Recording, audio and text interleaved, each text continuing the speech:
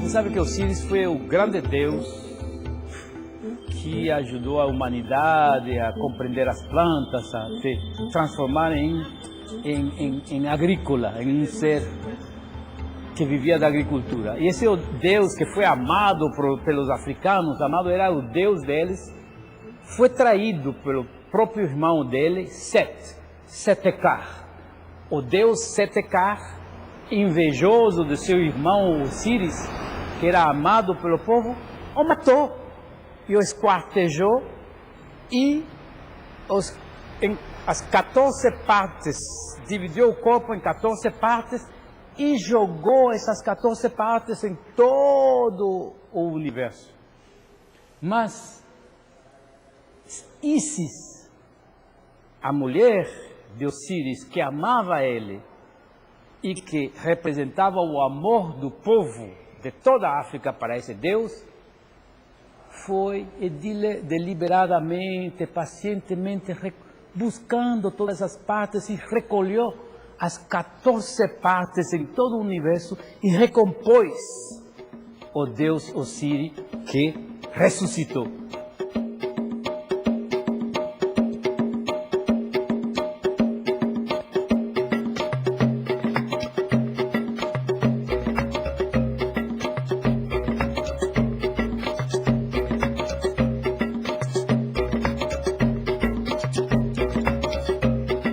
África é, em primeiro lugar, África é o berço da humanidade. Ou seja que 98% da história humana aconteceu na África. Somente 2% da história humana aconteceu fora da África. Então, a África é o berço da humanidade no sentido mais amplo. Não somente no sentido físico, mas no sentido da consciência do que é ser um ser humano. As primeiras civilizações, tudo isso foi na África que se desenvolvem as primeiras civilizações. Mas também a África se define por ser o túmulo da humanidade também. Porque esse sentido de humanidade, de que somos seres humanos, animais racionais, que compreendemos o que fazemos e por que o fazemos, conduziu a um holocausto bem singular, que foi a escravidão racial. Ou seja, que na África, o único lugar onde se cometeu esse crime contra a humanidade, aí morreu na África também esse sentimento de humanidade que cresceu na África. Porque ao converter o africano, reduzi-lo em escravo porque era de pele negra, aí o ser humano perdeu algo muito grande. Ou seja, que eu defino a África como o berço e como o túmulo de nosso conceito e sentido de humanidade. Se queremos compreender as nossas próprias sociedades, sejamos chineses, sejamos poloneses, sejamos brasileiros, cubanos ou coreanos, se realmente queremos compreender a origem das nossas sociedades, temos que estudar a África. A África, como diz, é o lugar onde se concentra a história humana durante 98% do tempo da existência humana. Então, compreender o que aconteceu nos últimos 50 mil anos, desde que os africanos saíram de África até hoje, na Constituição do Brasil, que é nos últimos 50 anos, 500 anos. 500 anos não é praticamente nada na história da humanidade. Compreender esses últimos 500 anos, por exemplo, aqui no Brasil, há que compreender a África, especialmente que a população majoritária do Brasil é de origem africana. Então, não faz sentido pensar o Brasil no passado, no presente, ou no Brasil no futuro, porque o Brasil é um país de maioria negra, um país de maioria da ascendência africana, sem se referir à África.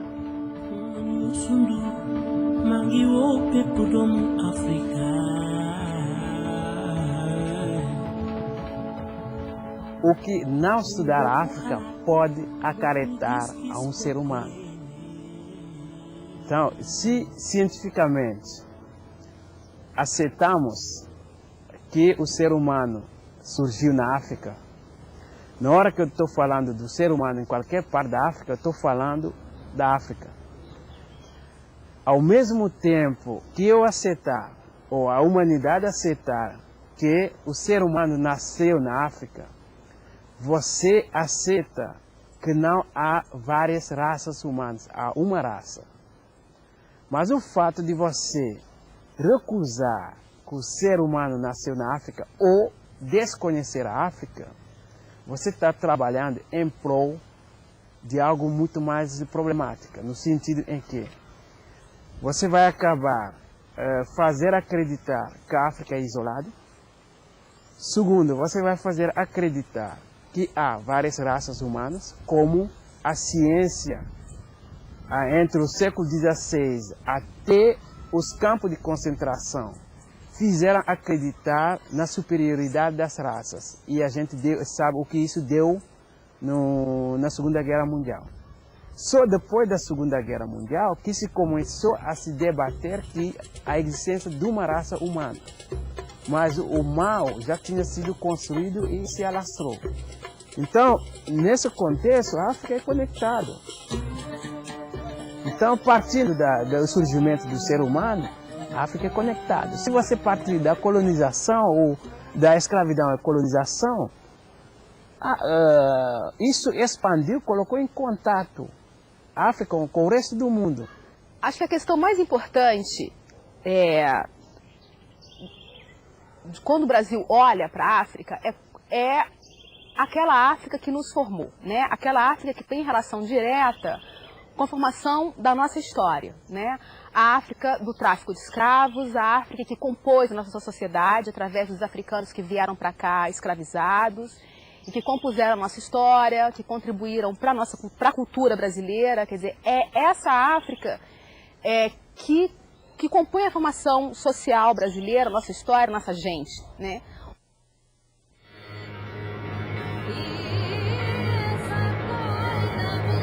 A palavra diáspora, na sua etimologia, ela nos remete ao sentido da dispersão, a maneira como as coisas se espalham. E pensando em diáspora africana, não foram coisas que se espalharam, foram pessoas que se espalharam pelo mundo inteiro. Então, diáspora, um nome que inicialmente serviu para falar da grande dispersão, mas ao mesmo tempo da grande união dos judeus espalhados pelo planeta, tem servido nos últimos 30 anos para falar da grande dispersão e, consequentemente, também da grande união, da grande semelhança de experiências de várias culturas, de várias civilizações que também se espalharam pelo mundo. No caso, quando colocamos o adjetivo africana, você qualifica essa dispersão, em especial da experiência africana.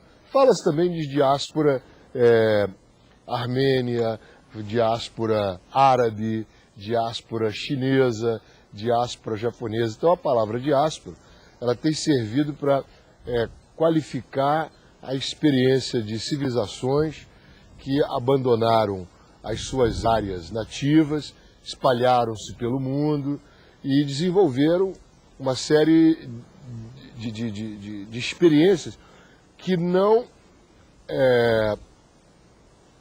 deixaram de lado aquelas marcas principais da construção da cultura, da construção, digamos, mais nodal, mais nuclear dessa cultura.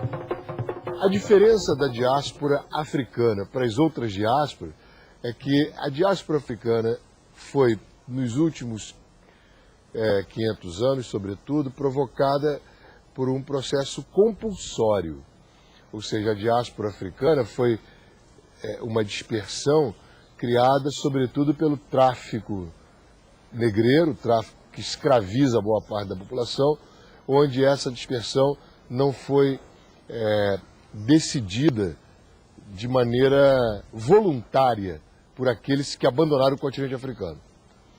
Então, em síntese, diáspora africana seria um conceito que tenta falar da experiência globalizada dos africanos dispersos pelo mundo, em especial a partir do grande tráfico de africanos escravizados que se inicia no final do século XV. Você tem não uma diáspora africana, você tem diásporas africanas. Como eu disse anteriormente, as diásporas se constituíram nos últimos 1500, 1600 anos sobre a base desses chamados tráficos negreiros. Então hoje, depois dessa dispersão, que foram milhões e milhões e milhões, antes de que a América fosse descoberta, já tinha saído da África para serem escravizados em outros países pelos árabes. O tráfico árabe tirou da África perto de 18 a 20 milhões de pessoas. Muitas pessoas não estão conscientes disso. Essas pessoas foram dispersadas em todo o Oriente Médio, em Turquia, Irã, Afeganistão, Paquistão, Índia, Sri Lanka, até a China. Há diásporas em toda a Europa, afro-europeias, em Alemanha, Itália, Portugal, Espanha, até na Grécia. E você tem também uma diáspora de origem africana em Japão e em Coreia. Então, há que falar hoje de diásporas, porque a única diáspora que nós temos nas nossas consciências é a diáspora americana, a diáspora caribenha. Ou seja, essa diáspora de 150 milhões de afro-latino-americanos e de 45 milhões de afro-norte-americanos e de 35 milhões de afro-caribenhos. Mas são muitas diásporas. As diásporas africanas são diásporas muito amplas. A diáspora africana, acho que nós podemos situar isso em 3 momentos. A partir da ideia de que a África é o berço da humanidade, que os africanos saíram do continente africano para povoar os demais continentes, isso já faz parte da diáspora africana. Mas saíram livremente, voluntariamente, e todos nós, o resto da humanidade, mesmo aqueles que voltaram para a África para invadir a África, são todos descendentes de africanos, faz parte dessa diáspora mais antiga, que é mal conhecida, porque nem todo mundo sabe que a África é o berço da humanidade. A segunda diáspora, que é o produto, resultante do tráfico negreiro. E nessa segunda diáspora, os africanos não saíram voluntariamente, os africanos foram sequestrados, amarrados, transportados, deportados. Nós não podemos considerá-los como imigrantes, porque eles não sabiam nem por onde iam e estavam sendo levados, nem por que motivo, simplesmente. Foi a essa grande diáspora africana que as Américas se desenvolveram, que a Europa se desenvolveu com a mão de obra africana, no momento em que a tecnologia não estava no ponto em que estamos hoje, onde a produção e o desenvolvimento precisa simplesmente do trabalho humano. A terceira diáspora é a diáspora que data um pouquinho de alguns anos antes das independências africanas. Desses africanos que voluntariamente saíram, às vezes obrigados pelas condições de vida de seus países, condições de vida se deixadas pelos antigos colonizadores, que depois de anos de colonização, a colonização não deu o que se esperava, quer dizer, o desenvolvimento, os africanos se encontram em condições tão difíceis com dirigentes fascistas, sanguinários, sustentados pelos próprios europeus que colonizaram a África, alguns fugindo dessas condições de vida, das guerras, para irem encontrar melhores condições de vida na Europa. Muriquinho pequenino, parente de que samba na cacunda. Pergunta onde vai, ô parente pro quilombo do Dumbá. Pergunta onde vai,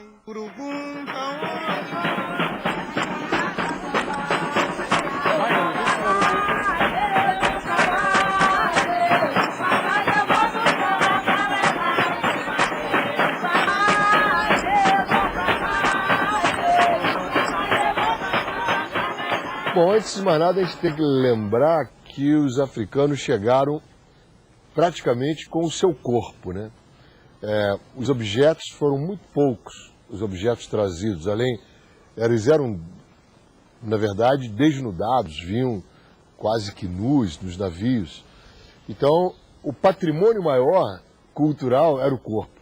Então, o corpo passou a ser a caixinha de segredo. Então, no corpo trazia não só as marcas do mundo perdido, das culturas que, na verdade, esses africanos que para cá foram transladados pertenciam, as marcas culturais vinham com o corpo, nos gestos, nos hábitos, nos comportamentos, nas condutas corporais e também nas escarificações, nas cicatrizes, nas marcas do corpo. E o corpo era, na verdade, o grande arquivo que continha a memória dessas experiências que agora eram violentamente abandonadas.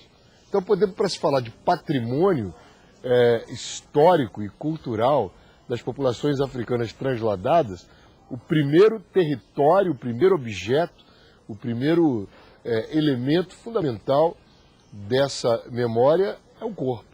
É com o corpo que o africano vai reconstituir a sua experiência perdida. É porque através desse corpo, através, portanto, da gesticulação, através da dança, através do modo de andar, através da oração, através da culinária. Quer dizer, com o corpo, pelo corpo, que a experiência patrimonial, civilizatória vai ser reconstituída. Bom, então aí esse corpo passa a ser o principal valor, né? Esse corpo ele guarda, por exemplo, ele vai guardar as formas de celebração, digamos, do sagrado.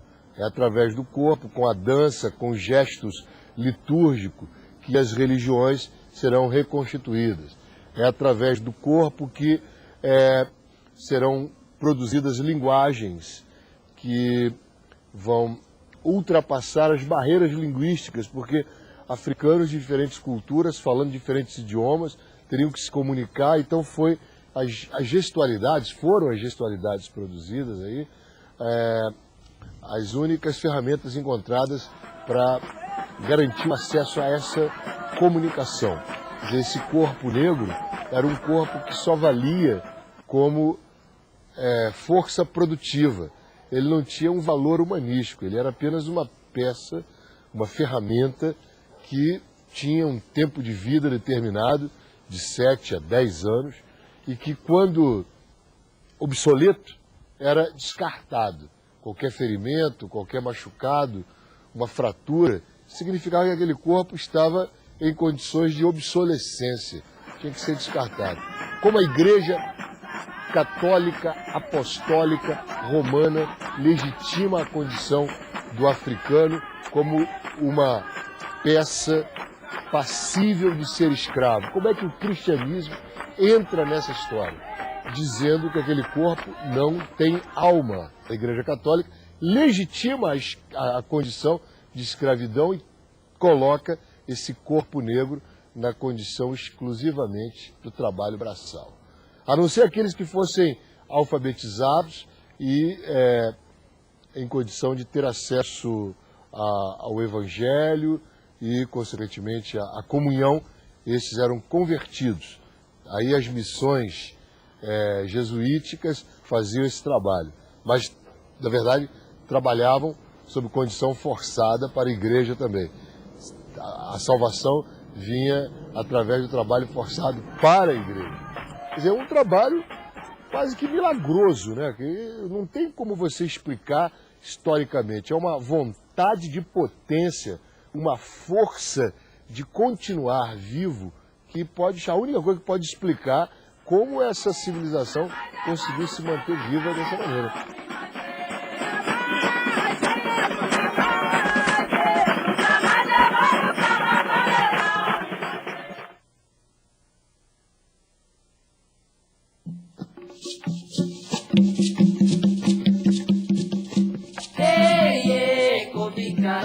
Yo bandito O Quilombo é um lugar, em primeiro lugar, da diversidade, por quê? Porque é um lugar de acolhida de todas as pessoas, e foi um lugar de acolhida de todas as pessoas que não se encaixavam dentro do modelo de colonização, modelo colonizador. É um lugar de diversidade por quê? Porque remete a experiências africanas, e o continente africano é um continente diverso. É um lugar de diversidade por quê? Porque reúne homens, mulheres, crianças, populações não negras, índios que tentam construir, dentro de uma dinâmica de coletividade, uma perspectiva que os remeta à liberdade. A liberdade constantemente ameaçada, tanto em períodos passados como nos momentos presentes. Como é que eu definiria Quilombo, né? Quilombo é um território, é um lugar, que é um lugar muito diferente de todos, da maneira como se pensa um território enquanto espaço físico. É um território cultural, é um território social, é um território onde elementos não visíveis o constituem e o mantêm. E nós não podemos pensar em Quilombo sem pensar na questão da resistência, né?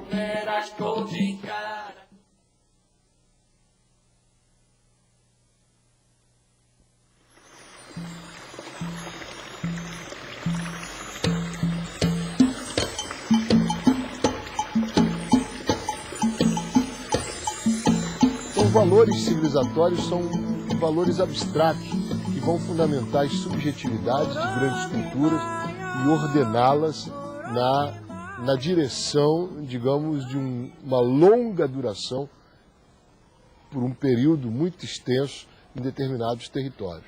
Então, por exemplo, a religiosidade é um valor civilizatório. Então você tem várias formas religiosas oriundas da África, que são valores civilizatórios muito fortes. Os valores, por exemplo, familiares. Os valores familiares são valores civilizatórios africanos, porque a cultura africana é fortemente assentada no núcleo familiar, onde a mulher, onde, digamos, a dimensão matriarcal é organizadora da força dessa família. A mulher, ela se confunde, a imagem da mulher se confunde com a imagem da terra, com a imagem da própria organização da força da natureza. Isso é um valor civilizatório. Por exemplo, o valor masculino, o valor do guerreiro, que não tem a ver provavelmente com o machismo ou com os valores patriarcais que ficaram muito difundidos em função dos valores ocidentais. Mas o valor da masculinidade, que não tem a ver com o machismo, repito, tem uma força muito grande porque se confunde com os valores guerreiros, fundadores de civilização tão fortes quanto os valores femininos, o que corresponde aos valores da terra, que são fundadores da civilização.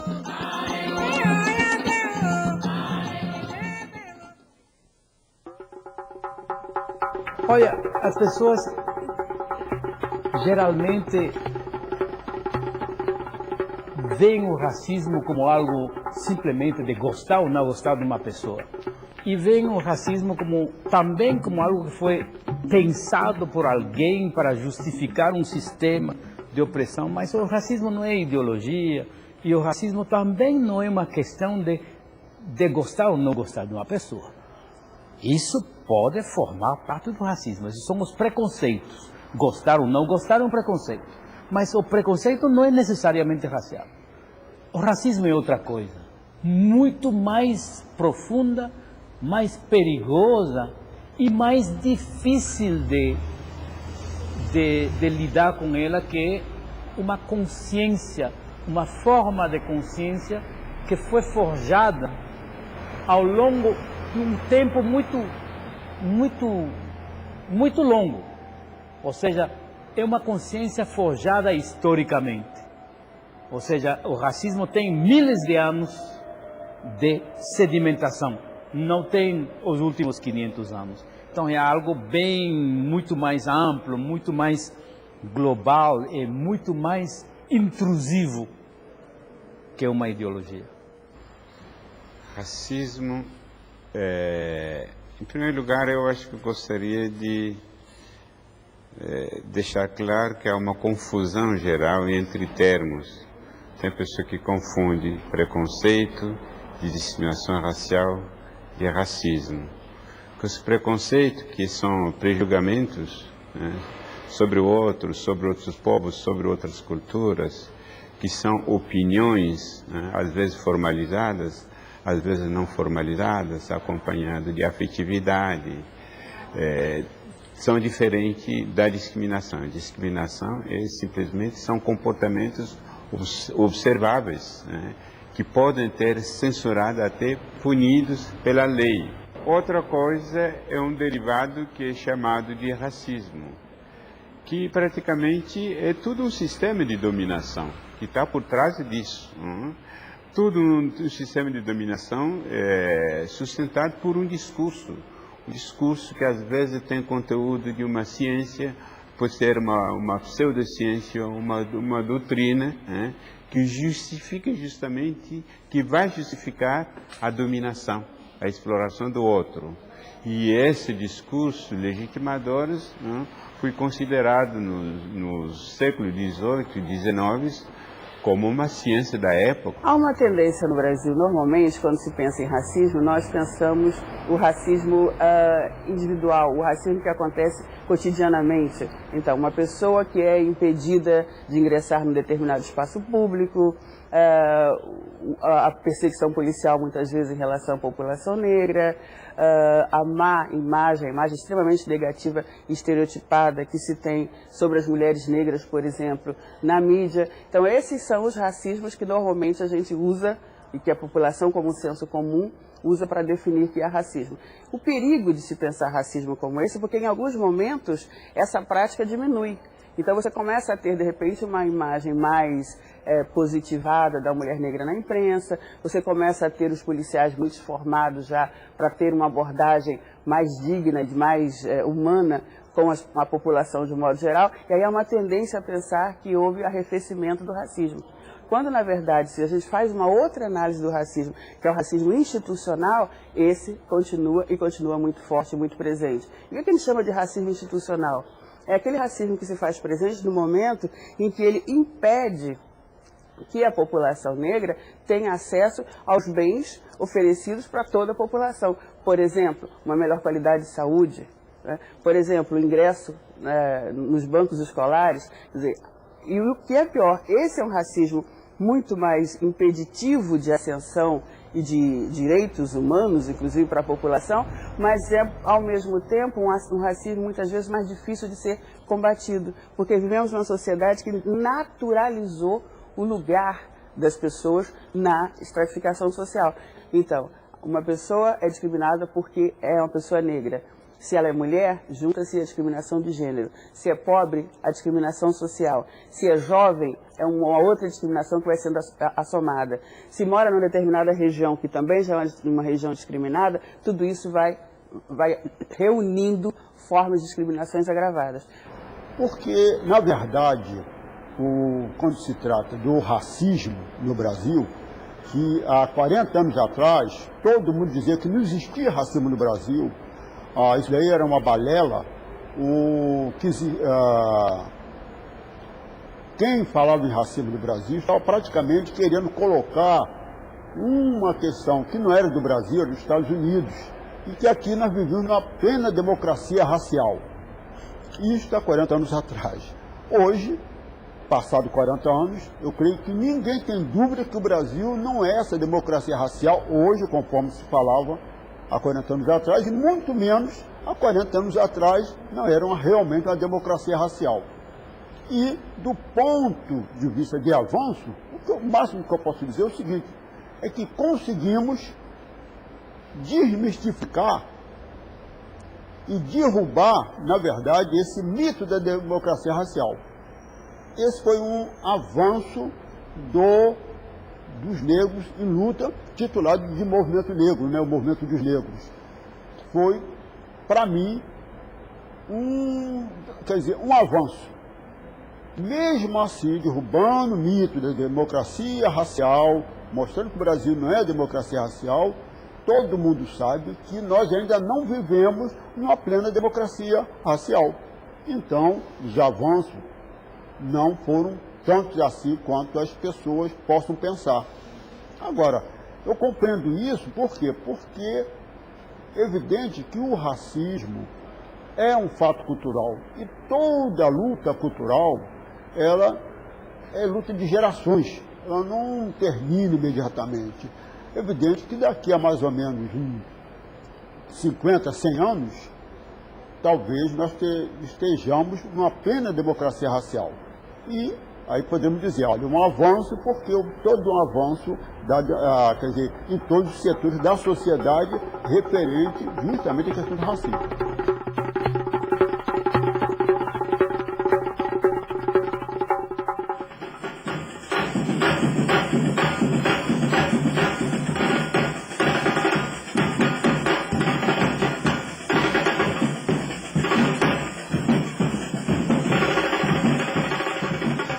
Essa presença acho que está no cotidiano do brasileiro, está no ar que o brasileiro respira, está no ritmo do corpo do brasileiro, está na comida que o brasileiro come, está em...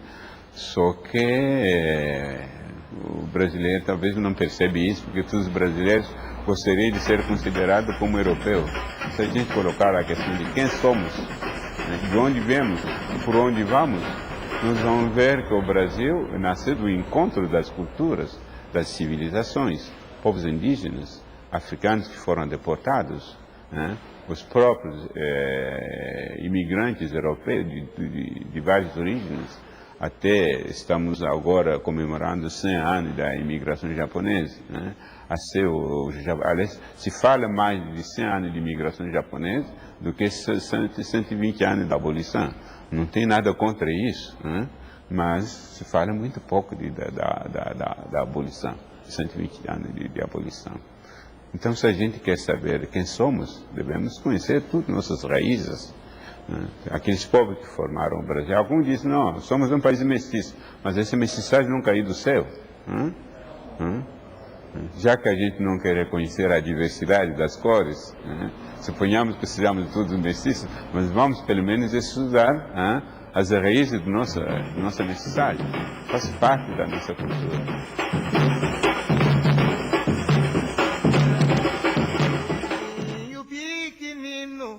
Muriquinho pequenino, parente de que samba na cacunda. Pergunta onde vai, pergunta onde vai o parente pro quilombo do Dumbá. Pergunta onde vai, pergunta onde vai o parente pro quilombo.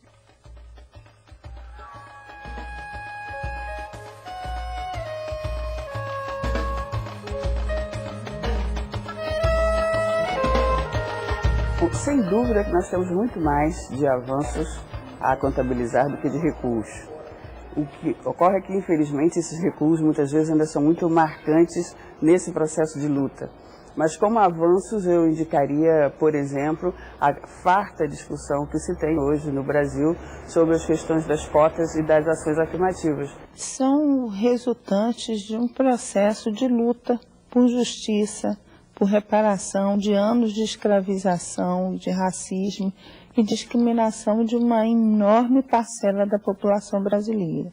E em diálogo com outros países que a gente diz da diáspora africana, né? Porque cotas não é uma especificidade do Brasil, e é bom que se diga não só das populações africanas ou afrodescendentes, né? A gente tem em vários lugares do mundo cotas com as pessoas com deficiências, cotas para mulheres, cotas para, dependendo da origem, né, de escola pública, enfim, o Brasil e outros países têm um pouco essa trajetória de cotas. Para mim, por exemplo, cotas, reparações, ação afirmativa, são respostas a uma política, a uma ação social de exclusão e discriminação.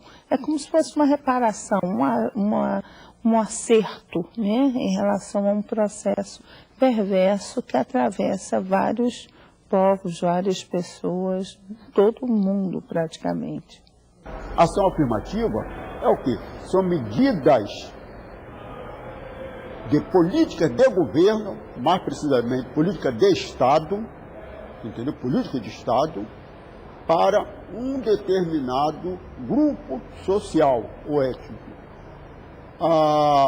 para promover a sua ascensão dentro da sociedade.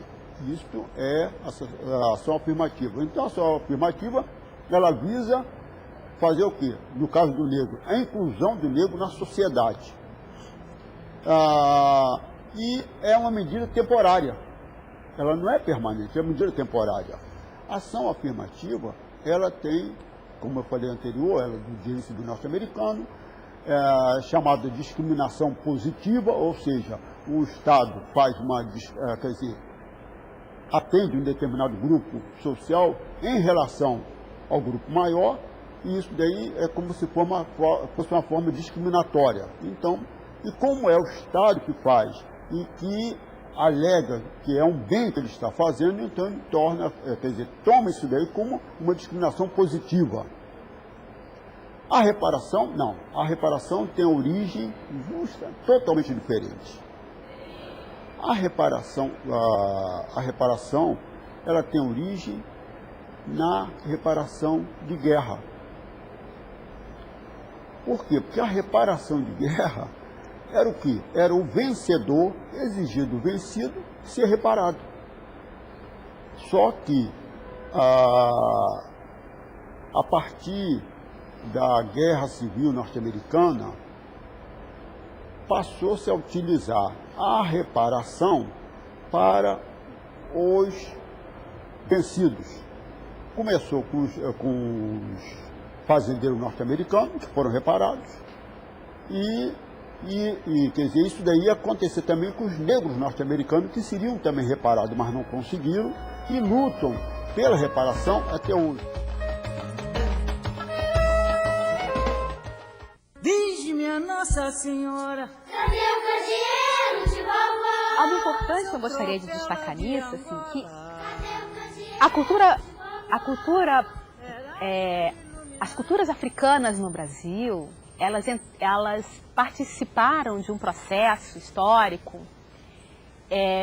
peculiar. Então, de alguma forma, quando a gente chega hoje na África, a tendência do brasileiro é procurar um pouco o seu passado.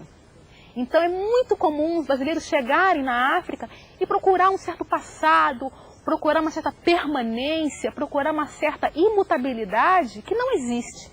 A África nunca perdeu seu dinamismo, a África está numa dinâmica, as Áfricas estão numa dinâmica histórica muito intensa, de grandes transformações também. E é preciso que a gente tenha isso em conta quando a gente olha hoje para a África. É uma África viva, é uma África dinâmica, é uma África que está nos seus processos, nos seus paradoxos, como o Brasil também tem as suas contradições, os seus paradoxos, os seus desafios. Então, é uma África muito múltipla, muito diversa e, ao mesmo tempo, muito envolvida no seu próprio devir, né? Então, nós não podemos pensar na África como um repositário de um passado brasileiro. E sim a África como um processo dinâmico em diálogo, consigo próprio e em diálogo com o mundo. Cadê o candeeiro de vovó? seu troféu lá de Angola. Cadê o candeeiro de vovó? Era lindo e iluminava os caminhos de vovó. Sua luz sempre firmava. O que a África produziu e espalhou pelo mundo de conhecimentos, de sentimentos, de saberes, de arquiteturas, de engenharias. Isso a gente foi subtraída da nossa formação. Então, uma escola hoje tem esse desafio. A educação formal tem o desafio. Os educadores e educadoras têm o desafio de aprender o que essa África produziu. Que maravilhas, que patrimônio é esse que nós fomos... nos foi tirado na nossa formação, porque é um desafio muito grande. E um outro desafio maior ainda, tá bom, eu enquanto educadora e educador, aprendendo sobre isso, como eu vou transformar minha prática docente que incorpore isso no meu cotidiano? né? E que incorpore não só na dimensão da racionalidade, mas que incorpore na dimensão da inteireza, da corporeidade do ser humano na sua completude. Isso é desafiador, tá? Porque não basta, por exemplo, você trabalhar com a história africana e afro-brasileira, a história indígena, isso só não dá conta. Você pode reproduzir a mesma maneira que desafetuada, desafetuosa, que vem acontecendo com os saberes no cotidiano da escola. Mas como a partir desse patrimônio africano ou indígena e outros patrimônios culturais que têm uma visceralidade, como transformar o cotidiano dessa escola? Isso que é desafiador. Isso é fantástico, né? Imagine o que de revolucionário pode acontecer quando você incorpora na escola os valores civilizatórios afro-brasileiros, que contém, por exemplo, a questão do comunitarismo.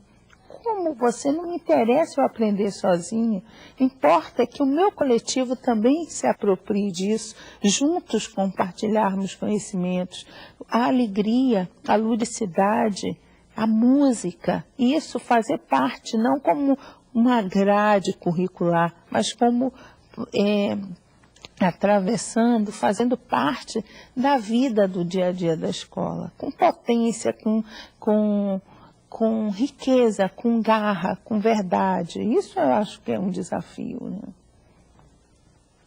A escola engessada, num modelo e num currículo eurocêntrico, apresenta e as inúmeras práticas pedagógicas de educação e de aprendizagem e de valores que estão presentes nas comunidades remanescentes de Quilombo. É importante, sim, fazer da escola uma escola plural, uma escola diversa, uma escola em que outros sentidos em relação à vida, em relação às relações, estejam colocadas, né? Em que as concepções de trabalho, em que as concepções de família, em que as concepções de fé estejam também, não em contraponto a uma cultura presente, mas somando e criando várias perspectivas de poder se estar no mundo, de se poder se colocar enquanto sujeito de aprendizagem, sujeito portador de conhecimento, sujeito que, na sua cotidianidade, produz diversos elementos que são substratos pedagógicos de primeira ordem, né? Seu troféu lá de Angola, Cadê o candeeiro de vovó? era lindo e iluminava Os caminhos de vovó, sua luz sempre firmava os pontos de vovó. Todos os seres humanos têm direito a conhecimento produzido pela humanidade. Então, se eu subtraio dessa escola o conhecimento produzido pelos africanos, pela África, pelo continente africano, eu estou subliminarmente dizendo o quê? Que ali não se produziu conhecimento, que ali não tem gente, que não são humanos que produziram saberes. Então isso aí já coloca um nó na escola, um nó no cotidiano. Gente, a África é um continente milenar com seres humanos que produziram e produzem saberes, culturas, conhecimentos. A gente precisa ter acesso a isso. Outros modos de pensar, sentir, agir, estar no mundo existem. E a escola precisa urgentemente abrir-se para isso e se transformar para acolher essa diversidade. Senão, ela fica estéril, ela vai perdendo sua função social.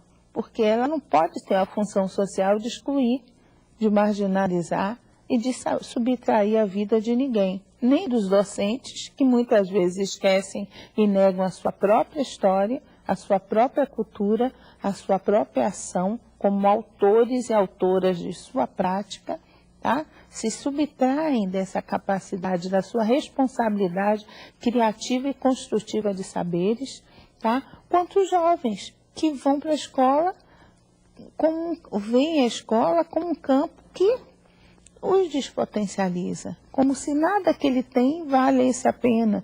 Um dos impactos é que nós chamamos de baixa estima.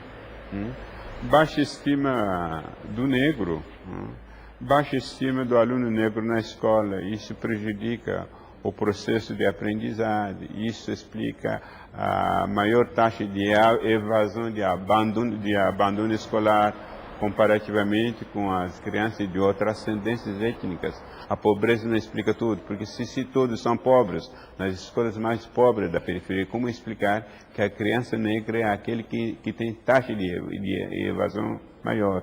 Isso se explica simplesmente pelo fato de ele não se sentir numa escola onde não se vê, não vê a cara dele. Ele se olha no espelho e não se vê. Ou quando ele se olha no espelho, ele quer se ver como branco. O que Francis Fanon chamou de pele negra, máscara branca. Isso faz parte do impacto psicológico, a negação da própria humanidade. Chega um momento que o negro introjeta tanto que ele naturaliza. Ele diz, olha, sou mesmo inferior, eu não tenho as mesmas aptidões morais, intelectuais, não sou capaz de entrar naquela universidade que não vou passar. Isso faz parte. Infelizmente que nós não temos ferramenta para medir isso. Muitas vezes, quando nós falamos da questão do negro, estamos falando das coisas que são visíveis. É como um iceberg, você vê a ponta do iceberg, mas você não dá para ver a parte mais profunda, que é o aspecto psicológico, as consequências de tudo essa discriminação que faz parte da educação. Seu troféu lá de Angola. Cadê o candeeiro de vovó? Era lindo e iluminava. Então, na verdade, esse processo de dar maior visibilidade e dar um estudo sobre a nossa inclusão como pessoas negras nesse país é algo de uma longa reivindicação. Então, na verdade, essa lei só vem corroborar esse pedido. O que acontece é que, embora seja uma lei extremamente interessante, ela traz um problema. Ela encontra um professorado ainda não preparado para poder implementá-la. E não por culpa do professorado, na verdade, porque nenhum de nós teve essa formação durante o seu período preparatório para vir a ser um profissional de educação. Então, o que nós estamos hoje é tentando corrigir essa defasagem de informação, tendo os professores que, ao mesmo tempo que a lei obriga que eles apliquem esses ensinamentos em sala de aula, eles também são alunos aprendendo essa informação. E aí, novamente, os grandes professores acabam sendo os ativistas do movimento social, que já vem de longa data estudando essa história africana e afro-brasileira. Nós formamos um cidadão que não sabe realmente quem ele é. Ele quer ser considerado como europeu, como ocidental, quando na realidade ele é brasileiro. Ele é o fruto, o resultado do encontro das culturas e das civilizações. No cotidiano ele tropeça nas contribuições culturais africanas, mas ele não tem consciência disso. Então seria bom na formação do cidadão, não apenas os valores ocidentais, mas com os valores, que a história, a visão do mundo, filosofia de vida, daqueles todos os povos que construíram o Brasil, seja ensinado na escola brasileira. Faz parte do processo da educação, para que outros possam respeitar o outro, o diferente, o negro, o índio. Ele tem que partir, descobrir que a vida dele, ele mesmo, foi construído culturalmente como brasileiro, com a contribuição dessas pessoas, que essa pessoa é em parte europeu, índio e africano. Isso é importante na formação de cidadão, se a gente quer saber o que nós somos. E a partir daí que nós podemos dar valor ao outro, respeitar o diferente, que aquele que nós chamamos de diferente está dentro de mim, como cidadão, como cidadão brasileiro. É por isso que nossas escolas devem ser impregnadas não apenas dos valores africanos, mas dos valores de todos que aqui se encontraram para construir esse Brasil atual, que é um país da diversidade. E a diversidade é uma riqueza da humanidade. Eu acho que uma das grandes, e que não são tão novas, mas que são fundamentais, é a demanda por justiça. Por justiça, porque é uma população que construiu esse país, constrói esse país, não sozinha, obviamente, mas não tem o devido reconhecimento disso. Então, uma demanda que é constante, e ainda vamos precisar de muito tempo exigindo isso, é justiça. Nós queremos, enquanto população negra, justiça, justiça social, um tratamento emancipatório, tá? A gente, depois do processo de abolição, houve, claro, uma política de exclusão, de marginalização dessa população. Então, isso não pode acontecer mais, né? E não pode mais ser ações particulares, ações de pessoas, de militantes, não, tem que capitalizar por toda a sociedade esse tipo de ação, né? Esse tipo de busca por justiça. Porque se cada pessoa nessa população, negra ou não negra, africana, afrodescendente, afro-brasileira ou não, tiver visceralmente compromisso com justiça, eu acho que a gente já terá dando um novo passo nessa sociedade, né? Eu teria a destacar na história da África, naquilo que ela se relaciona com o Brasil, esses pontos a partir dos quais vieram os africanos para o Brasil, tá? De um outro ponto de vista, uma história antiga, milenar africana, que devemos conhecer como a história da humanidade como um todo. Dali que saiu, dali que começou o processo civilizatório mundial. Eu identifico esse mito com o mito, com algo real, que já não é mito, que o esquartejamento da África e a dispersão da África em todas as partes do mundo, e que hoje você tem todas essas diásporas, 14, 15, 20 diásporas no resto do mundo, e meu desejo é que todas essas diásporas sejam recompostas também, que esse corpo um dia possa ser recomposto, e que de novo, da mesma maneira em que Osíris foi recomposto por Ísis, a nossa ação de consciência possa recompor todas essas diásporas em algo planetário e global para o século XXI.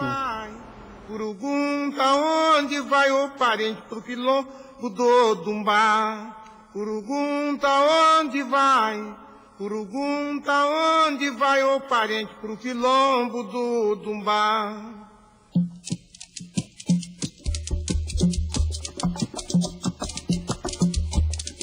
Muriquinho pequenino, parente de samba na cacunda. Pergunta onde vai o parente do quilombo do Dumbá. Pergunta